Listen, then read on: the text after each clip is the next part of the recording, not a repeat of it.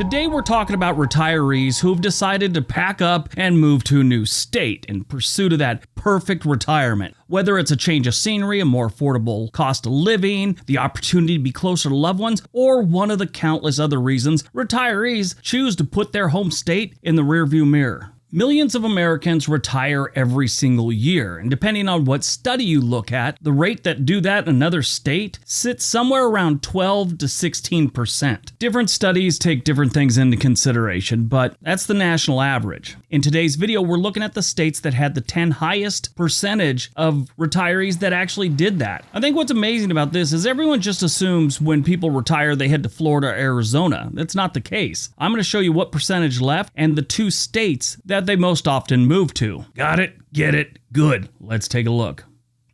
Number 10, Massachusetts. If you've ever visited or lived in the Bay State, you probably think they should be higher on this list on cost of living alone. This place is brutal on the bank account. Boston especially. You could be a junior associate at a law firm and still have to sell pictures of your feet to pay rent. 12.7% of Massachusetts retirees decided to leave the state. Where are they going? Florida and South Carolina. Pennsylvania as a destination was almost equal to South Carolina.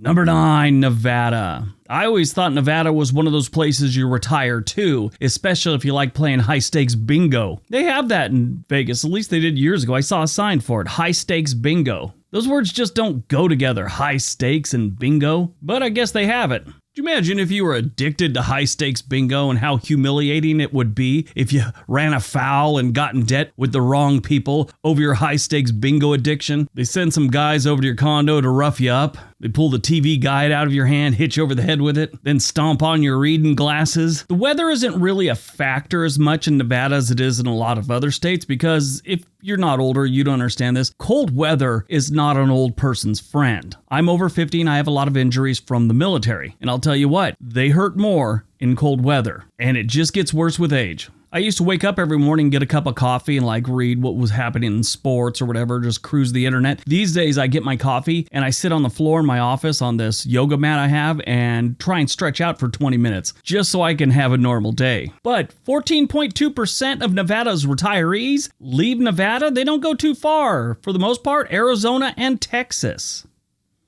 Number 8, Iowa. This one kind of surprises me because Iowa's a pretty cheap place to live. Their cost of living compared to most other states is pretty low. And that's normally the biggest driver for someone to leave their state as they want a lower cost of living. I guess Iowa's so boring, no price is going to keep someone there. For a lot of people, Iowa was probably a great place to raise a family and build a career. But as people that have been there for a very long time get closer to that retirement age, they start looking for a little excitement, a little adventure, something Iowa has very little of. I mean, unless you're into gardening and fishing, by all means, stay in Iowa.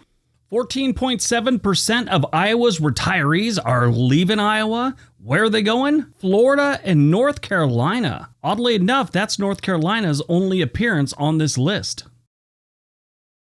Number 7, New Jersey. This one surprises me in a lot of different ways. Number 1, why aren't they closer to 90% of the retirees leaving the state? Number 2, is this state's had so many super fun sites over the years, I'm surprised many people make it to retirement. There's been so many toxic waste dumps and contaminated water situations in New Jersey. I'm surprised New Jersey doesn't have a bunch of people that have a third and fourth eye on the back of their head or something. 15% of New Jersey's retirees jump the border into Pennsylvania and head down to South Carolina. Number 6, West Virginia. Yes, people leave West Virginia that aren't looking for a job. That's the biggest thing for people that leave West Virginia. They're looking for work. It's so affordable and it's a beautiful state. It's got a bunch of problems and I get it. It's a beautiful state, low cost of living. You'd think retirees would stay there because a lot of times when you're on a fixed income in retirement, you're looking for as cheap as you can get. It's hard to get much cheaper than West Virginia. But I guess that cold weather scares them out. It gets pretty cold there. 15.3% of West Virginia's retirees spend their retirement in some other state. The two top states for that are South Carolina and Tennessee.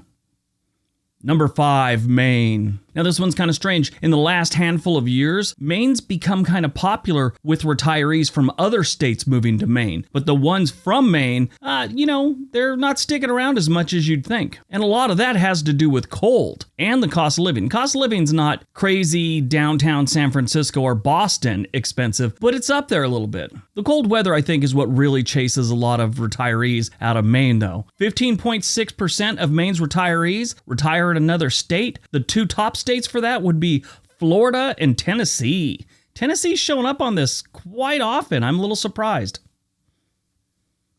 Number 4, Virginia. Yes, the other Virginia, the original Virginia. As a guy once told me, the only Virginia that matters. A lot of the people that leave the state of Virginia in retirement are coming from the northeast section right across from D.C., where all those government employees live. Arlington, Alexandria, Fairfax, Manassas, those places are pretty expensive. And once you've worked for the government long enough, you probably want to get as far away from it as you can in retirement. And then spend the next 20 or 30 years trying to forget you ever worked for the United States government. But yeah, it's going to be the cost, and Virginia does get some bad winters. Not Minnesota or Detroit bad, but it gets pretty cold. 16% of Virginia's retirees retire in another state. And where are they going? Florida and Arizona. I guess that cold weather is really getting to them there. You're heading out to Arizona.